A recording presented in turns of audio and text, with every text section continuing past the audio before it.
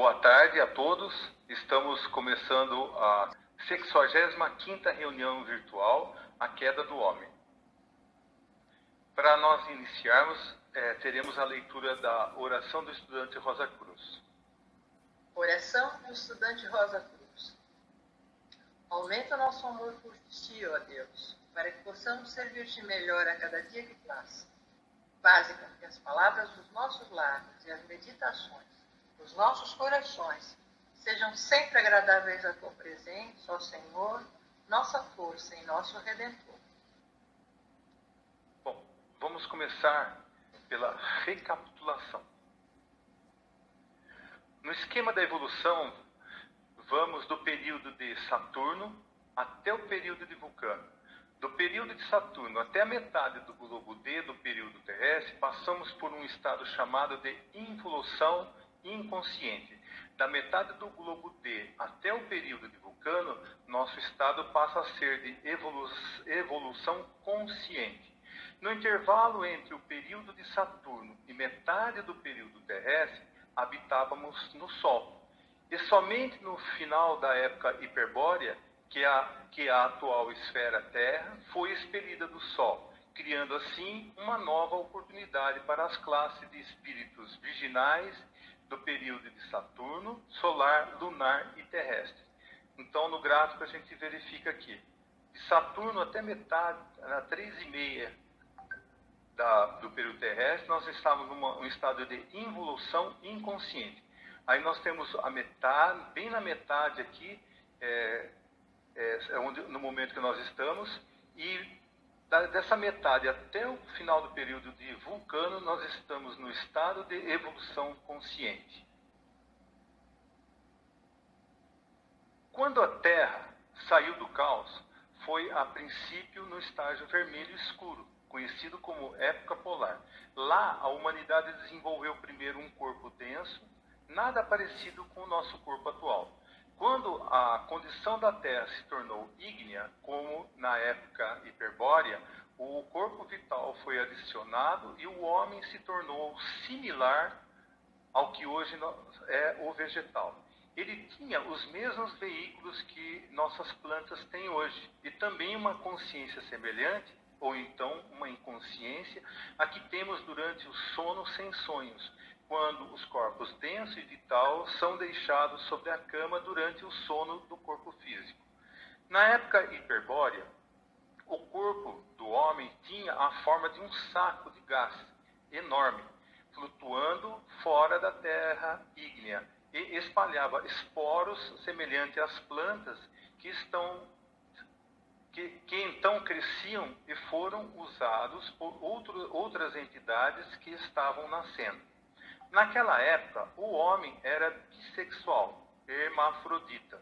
Na época lemúria, quando a Terra esfriou um pouco e ilhas de crosta começaram a se formar em meio aos mares ferventes, então também o corpo do homem se solidificou um pouco e se tornou mais parecido com o corpo que vemos hoje.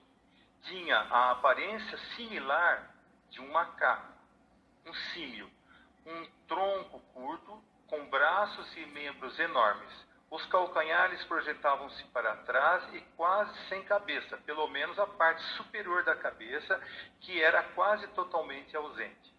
O lemuriano vivia numa atmosfera de vapor que os ocultistas chamam de névoa de fogo, e não tinham pulmões, mas respiravam por meio de tubos.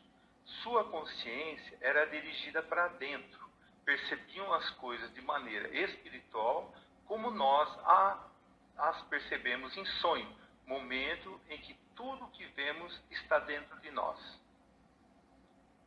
Agora, ao invés de uma situação de perguntas, né? Como os lemurianos viam os seus corpos densos, outras pessoas, a consciência do seu corpo, a morte física, o nascimento físico, as relações sexuais, a linguagem e eventos passados. Então, as respostas tiradas do texto, segundo a técnica da Elsa Groover, seria assim: como eles viam seus corpos densos. Eles não sabiam absolutamente nada sobre seu corpo. Na verdade, eles não sabiam que tinham um corpo.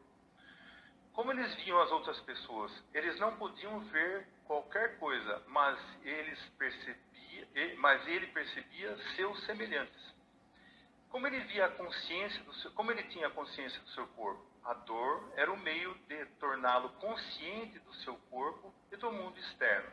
Como ele via a morte física, o lemuriano não conheceu a morte porque quando, no decorrer de longas eras, seu corpo se inutilizava, entrava em outro totalmente inconsciente da mudança, sua consciência não estava focada no mundo físico, portanto, deixar um corpo de lado e tomar outro não era mais do que uma folha ou um galho secando e caindo da árvore e sendo substituído por um novo broto.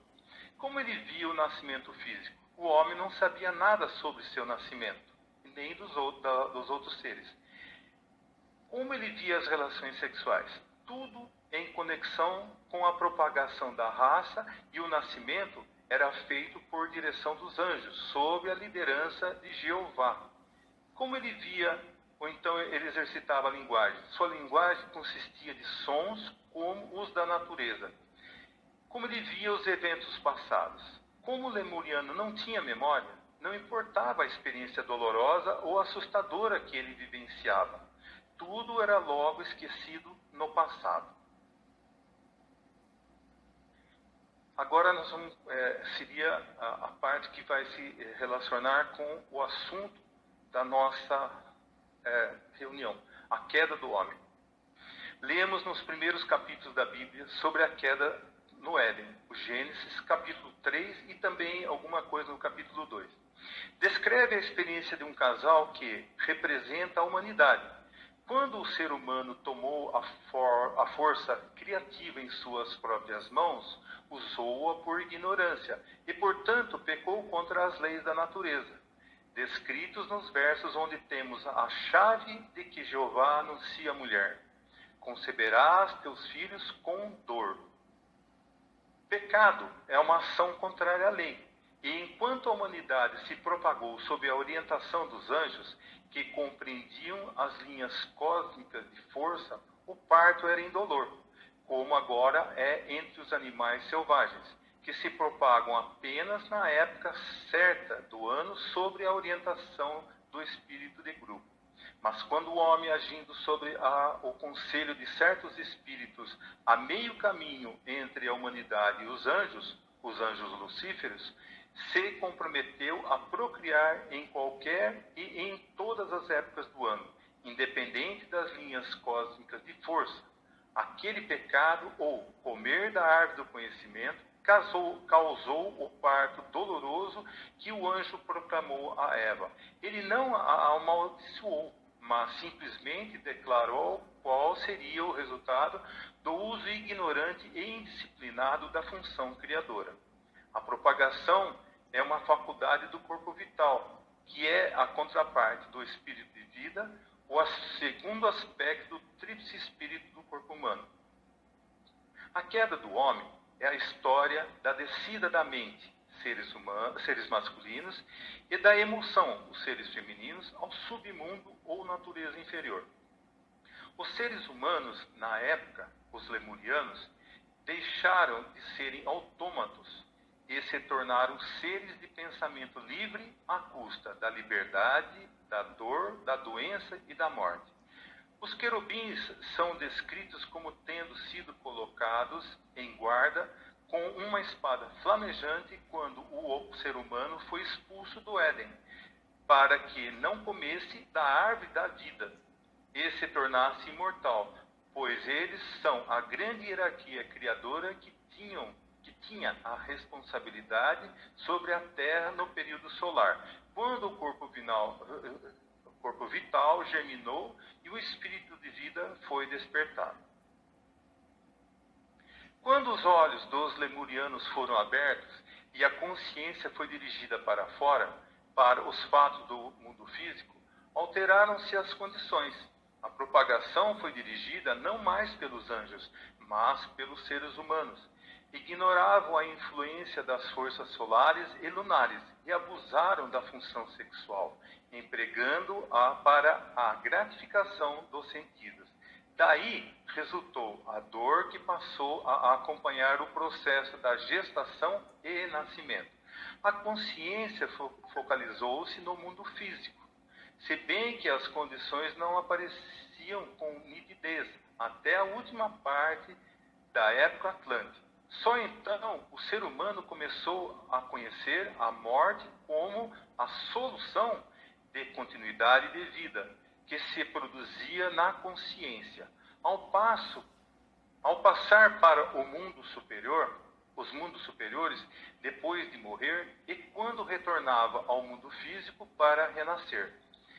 Em seguida, se processou a abertura de seus olhos. Quando os sexos foram separados, o macho converteu-se em expressão da vontade, uma das duas partes da força anímica, e a fêmea expressou a imaginação.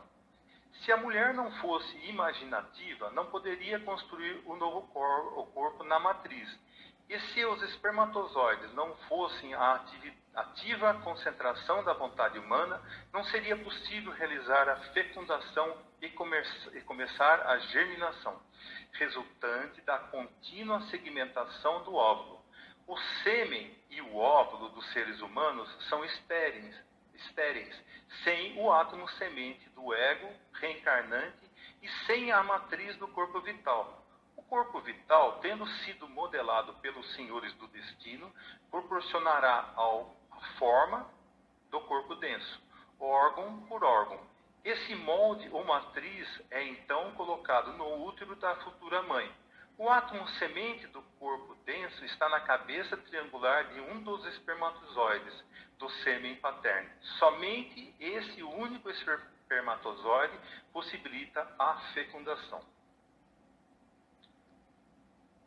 Essas forças gêmeas, vontade e imaginação, são necessárias à propagação dos corpos. Uma dessas duas forças exalta-se em cada um dos sexos, e é essa parte a utilizável para a propagação. Daí a necessidade do ser que expressa uma só classe de força anímica, unissexual, unindo-se a outra que expressa a força anímica complementar. Além disso, a parte da força anímica não utilizada na propagação é utilizada no crescimento interno. Enquanto o ser humano empregava totalmente a dual força sexual na geração, não podia realizar nada no sentido do próprio crescimento anímico. Depois, a parte não empregada através dos órgãos sexuais foi apropriada pelo espírito para construir o cérebro e a laringe, meios de expressão. O cérebro e a laringe foram construídos durante a última parte da época lemúrica e os primeiros 2/3 da época atlântica, até que o ser humano se converteu em um ser pensante, que raciocina, completamente consciente. No ser humano, o cérebro é o elo entre o espírito e o mundo externo. Ele nada pode saber sobre o mundo externo senão ser por meio do cérebro. Os órgãos dos sentidos são meramente condutores que levam ao cérebro os impactos do exterior. E o cérebro é o instrumento que interpreta e coordena esses impactos. Os anjos pertencem a uma evolução diferente e nunca foram aprisionados em um veículo denso e lento como o nosso. Eles aprenderam a obter conhecimento sem necessidade de um cérebro físico. Seu veículo inferior é o corpo vital. A sabedoria lhes foi concedida como uma dádiva, sem a necessidade de pensar laboriosamente por meio de um cérebro físico. O ser humano, ao cair na geração, teve que trabalhar para obter o conhecimento, por meio de uma parte da força sexual dirigida para dentro. O espírito construiu o cérebro para ganhar o conhecimento do mundo físico. Essa mesma força continua a ser empregada para alimentar e construir o cérebro atual. A força é subvertida de seu próprio curso, considerando que deveria ser empregada para a procriação. O ser humano a retém com um propósito egoísta. Os anjos não experimentam divisão alguma dos seus poderes anímicos e podem, portanto, exteriorizar sua dual força anímica sem reservar nada egoisticamente. A força exteriorizada com o propósito de criar outro ser é amor.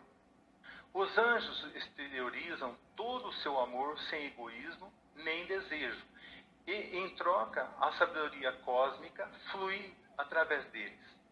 O ser humano exterioriza unicamente parte de seu amor, guardando o restante egoisticamente e emprega-o para construir seus órgãos internos de expressão, para melhorar a si mesmo, de sorte que o seu amor é egoísta e sensual.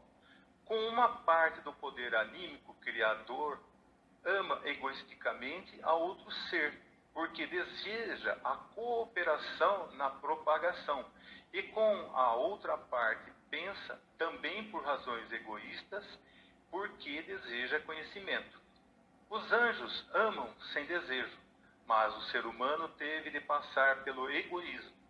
Deve desejar e trabalhar para adquirir sabedoria egoisticamente, a fim de poder alcançá-la desinteressadamente, em estágios mais elevados. Os anjos ajudaram-no a propagar-se mesmo depois da subversão de parte da força anímica. Ajudaram-no a construir o cérebro físico, mas não tinham conhecimento algum que pudesse ser transmitido por seu intermédio, porque não sabiam como usar tal instrumento. E não podiam falar diretamente a um ser com cérebro. Tudo o que eles podiam fazer era controlar a expressão física do amor do ser humano e guiá-lo através das emoções, de um modo amoroso e inocente, para o salvarem assim da dor e do sofrimento decorrentes do exercício incorreto das funções sexuais. Mas, se esse regime tivesse permanecido, o ser humano continuaria sendo um autômato, guiado por Deus, e nunca se teria convertido numa personalidade, num indivíduo. Tudo que a humanidade perdeu nessa época, ele poderá vir a recuperar em eras futuras. Agora, o grande, o ser que emitiu a nota dissonante para que ocorresse a queda do homem, os espíritos lucíferos. A conversão da humanidade naquela época em indivíduos deve-se a uma classe de entidades angélicas chamados espíritos lucíferos. Os anjos lucíferos eram parte da humanidade do período lunar. Eles são os atrasados da onda de vida dos anjos. Eles eram muito avançados para assumir um corpo físico denso, mas precisavam de um órgão interno para a aquisição de conhecimento. Além disso, eles podiam trabalhar por meio de um cérebro físico, o que os anjos ou Jeová não podiam. O cérebro físico da humanidade. Esses espíritos entraram na medula espinhal e no cérebro e falaram com a mulher, cuja imaginação havia sido despertada pelo treinamento da raça lemuriana. Como sua consciência era principalmente interna, uma imagem-consciência deles foi recebida por ela, e ela os viu como serpentes, pois haviam entrado em seu cérebro pela medula espinhal serpentina. O treinamento das mulheres incluía-se em assistir às perigosas façanhas e lutas dos homens no desenvolvimento da vontade, em que os corpos das lutas eram necessariamente mortos com frequência. A vaga consciência de algo incomum fez a imaginação da mulher se perguntar por que ela viu essas coisas estranhas. Ela estava consciente dos espíritos daqueles que haviam perdido seus corpos, mas seu senso imperfeito do mundo físico falhou em revelar a esses amigos cujos corpos densos foram destruídos. Os lucíferos resolveram o problema para ela, abrindo seus olhos. Eles revelaram a ela seu próprio corpo e o do homem, e ensinaram a ela como, juntos, eles poderiam vencer a morte criando novos corpos. Assim, a morte não poderia tocá-los, pois eles, como Jeová, podiam criar à vontade. Lúcifer abriu os olhos da mulher. Ela procurou a ajuda do homem e abriu os olhos dele. Assim, de uma forma real, embora obscura, eles primeiro conheceram ou tomaram consciência um do outro e também do mundo físico. Eles se tornaram conscientes da morte e da dor, e por meio desse conhecimento aprenderam a diferenciar entre o homem interior, ou o ser humano interior, e a vestimenta externa, que eles usavam e renovavam cada vez que era necessário dar o próximo passo na evolução. Eles deixaram de ser autômatos e se tornaram seres pensantes livres, à custa da liberdade, da dor, da doença e da morte. E agora, usando-se a mitos para transmitir a mesma mensagem, ou mensagens muito próximas, mas através da arte. É uma das intenções que a gente consegue perceber, que o Sr. Max Heine nos mostrou também, através da obra Fausto de Goethe. No livro O Mistério das Grandes Óperas, no capítulo 5, Vendendo Sua Alma a Satanás, nos fala sobre a ópera Fausto, musicada por Charles Gounod. A ópera é baseada no livro Dr. Fausto, escrito por Goethe, e baseada no mito de Fausto, do Dr. Fausto. Em Fausto, Max Heine nos dá uma visão mais completa e conjunta de uma fase da evolução humana, a queda do homem. Quando Fausto, agora ele descrevendo essa ópera, quando Fausto aparece no palco, a cozinha das bruxas está repleta de instrumentos que são usados em magia. Um fogo infernal queima sobre uma chaleira onde são preparadas as porções de amor. E há aí muitas mais coisas fantásticas.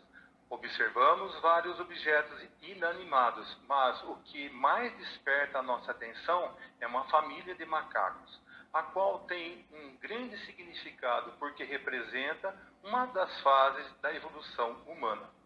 A humanidade, satisfeita com a paixão instigada pelos espíritos de Lúcifer ou anjos caídos, liberta-se da hóstia angelical liderada por Jeová. Comeu da árvore do conhecimento, queda do homem. Como consequência desse obstinado desejo e ato, foram logo envolvidos por revestimento de pele e separados uns dos outros. O egoísmo suplantou o sentimento de fraternidade, atingindo o nadir do materialismo.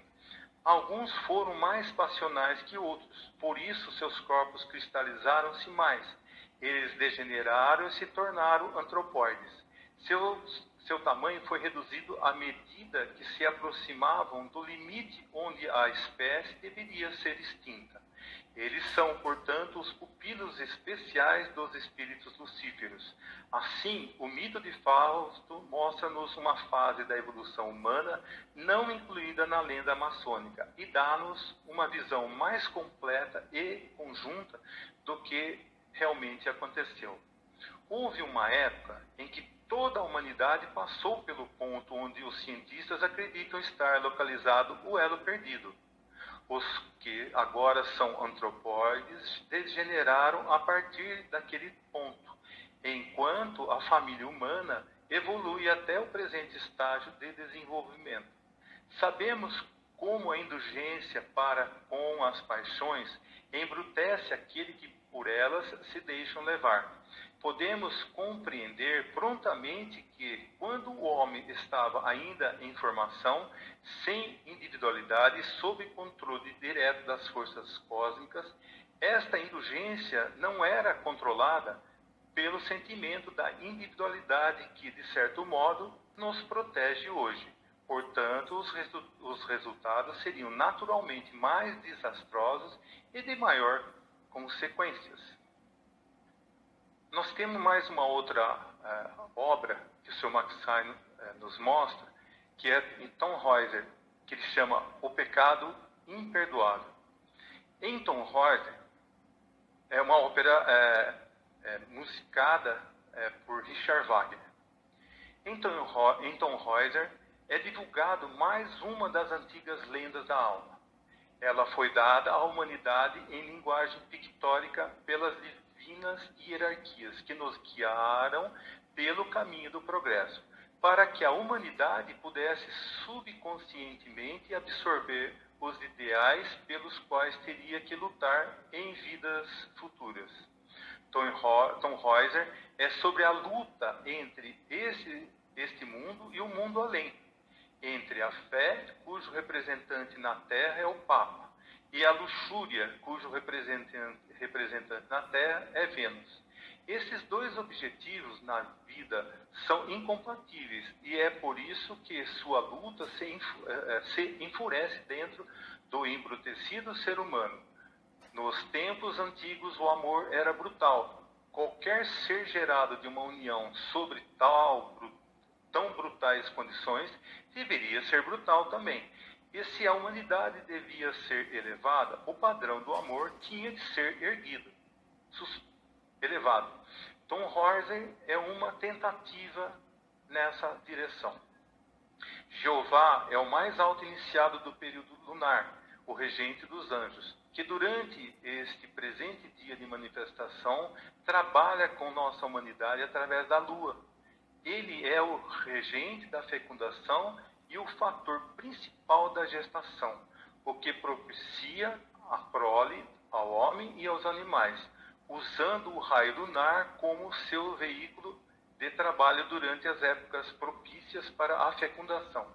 Jeová é um Deus ciumento de suas prerrogativas e, portanto, quando o homem comeu da árvore do conhecimento, quando ele participou da queda do homem e assumiu o ato da fecundação, ele o expulsou do paraíso para que vagasse pelo deserto do mundo. Ali não haveria perdão, deveria expiar em trabalhos e dores, colhendo o fruto de sua transgressão. Embora a lenda esteja revestida de fraseologia medieval e católica, e embora possamos descartar a ideia de que qualquer homem tem o poder de pedir perdão de seus pecados ou negar a remissão, ela contém verdades espirituais que estão se tornando mais pertinentes a cada ano que se passa. Trata-se do pecado imperdoável, o único pecado que não pode ser perdoado, mas deve ser expiado. Antes da queda, a humanidade não conhecia nem o bem nem o mal. Eles fizeram o que lhes foi dito e nada mais. Ao tomar as coisas com as próprias mãos e pela dor e tristeza que se seguiram a essa transgressão, aprenderam a diferença entre o bem e o mal, tornaram-se capazes de escolher. Eles adquiriram este privilégio ou benefício. Este é o grande privilégio que mais do que compensa o sofrimento e a tristeza que o homem suportou em expiação daquela ofensa contra a lei da vida, que constitui em realizar o ato criativo quando os raios estrelares não são propícios, causando um parto doloroso e uma multidão de outras doenças das quais hoje a humanidade é herdeira. Eu me baseei no conceito Rosa Cruz do Cosmo, que fica no site da Fraternidade Rosa Cruz de Campinas. Eu me baseei também em diversos artigos que fica num site chamado, aqui está Rosanita, mas é rosanitatripoli.com. E o Rays from the Rosy Cross, aquelas revistas antigas de outubro de 1921. E também do site christianrosenkreuz.org, onde tem o mistério das grandes óperas. Agora perguntas, por favor. Luiz, Oi. o Jardim do Éder, né, que você falou lá no começo, a gente tem que lembrar que não é um campo físico, né? Não, praticamente tudo que eu falei aqui, nós estamos falando, é uma vida etérica. É uma vida etérica, né? Ô Luiz, Oi. como tudo no caminho da evolução, pode ser que seja uma pergunta cretina, mas me bateu aqui.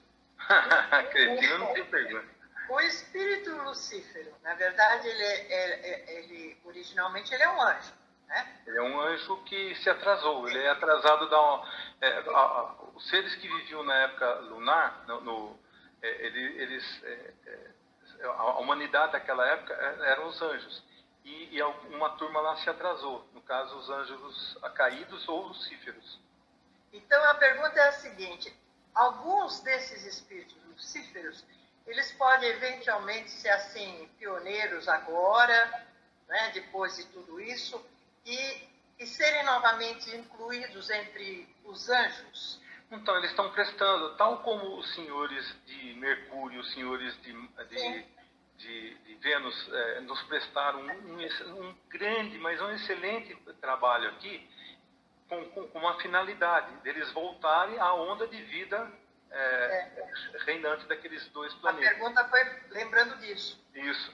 Eles estão prestando um serviço para a humanidade, acredito eu, por análise, por consequência, também para eles poderem voltar a linha dos anjos de progresso, e não como a linha de progresso como anjos atrasados.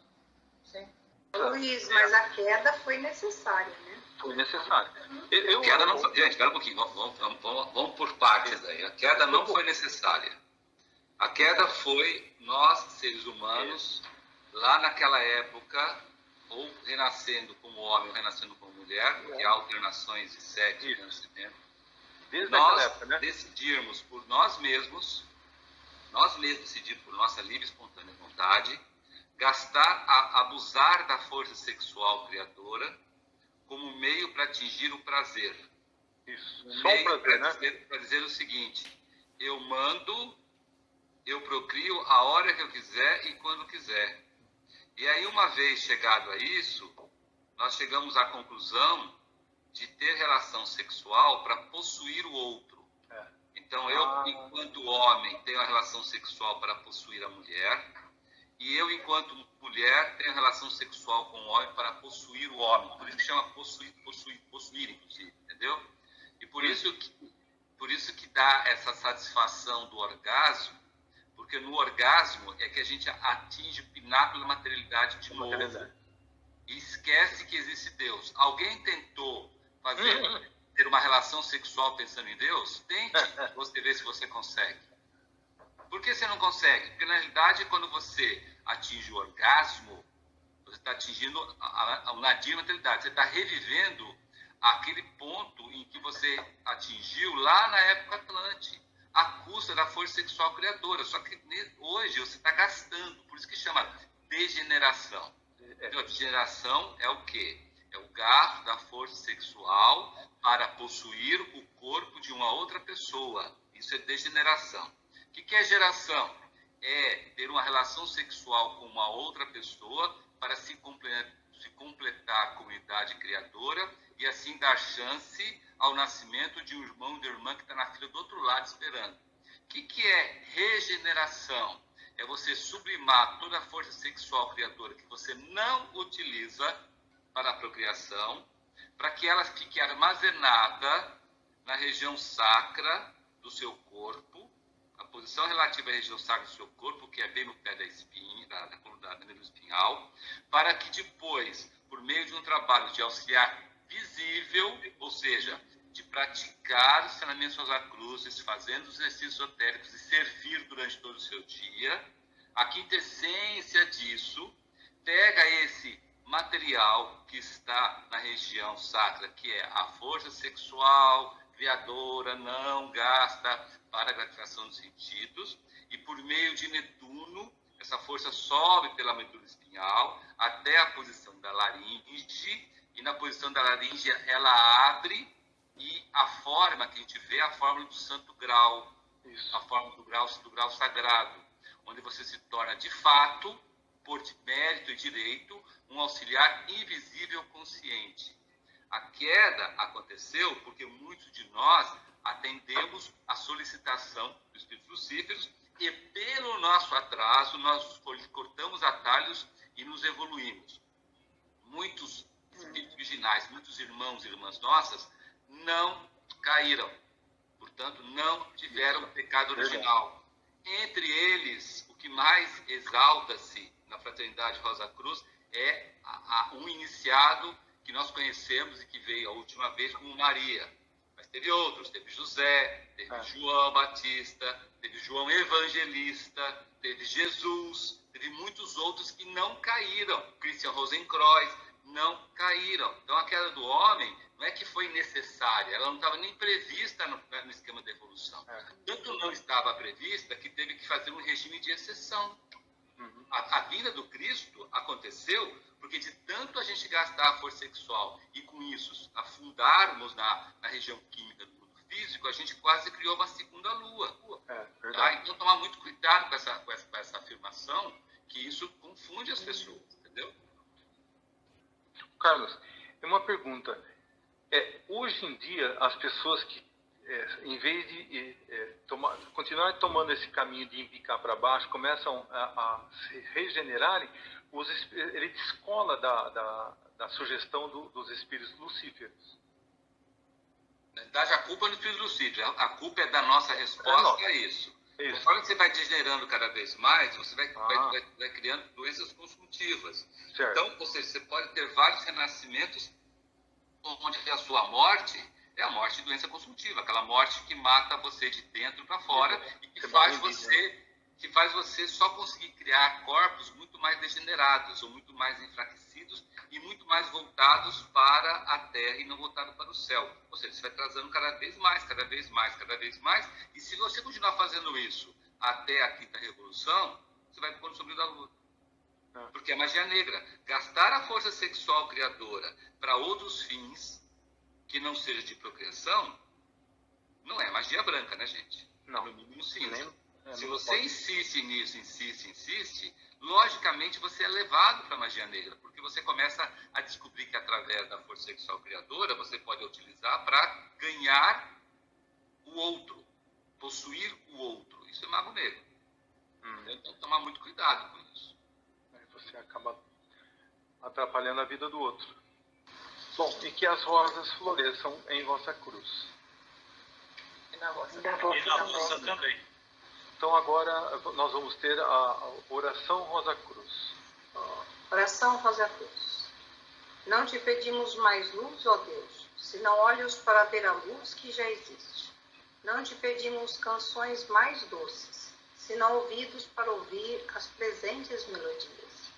Não te pedimos mais força, senão modo de usar o poder que já possuímos. Não mais amor, senão habilidade para transformar a cólera em ternura.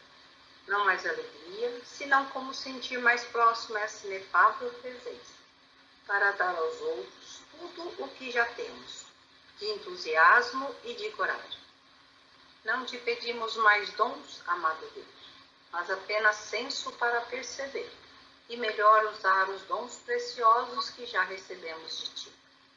Faze que dominemos todos os temores, e conheçamos todas as santas alegrias, para que sejamos os amigos que desejamos ser, para transmitir a verdade que conhecemos, para que amemos a pureza, para que busquemos o bem, e com todo o nosso poder possamos elevar todas as almas, a fim de que vivam em harmonia e na luz de uma perfeita liberdade. Que as rosas floresçam em vossa cruz. E na vossa também.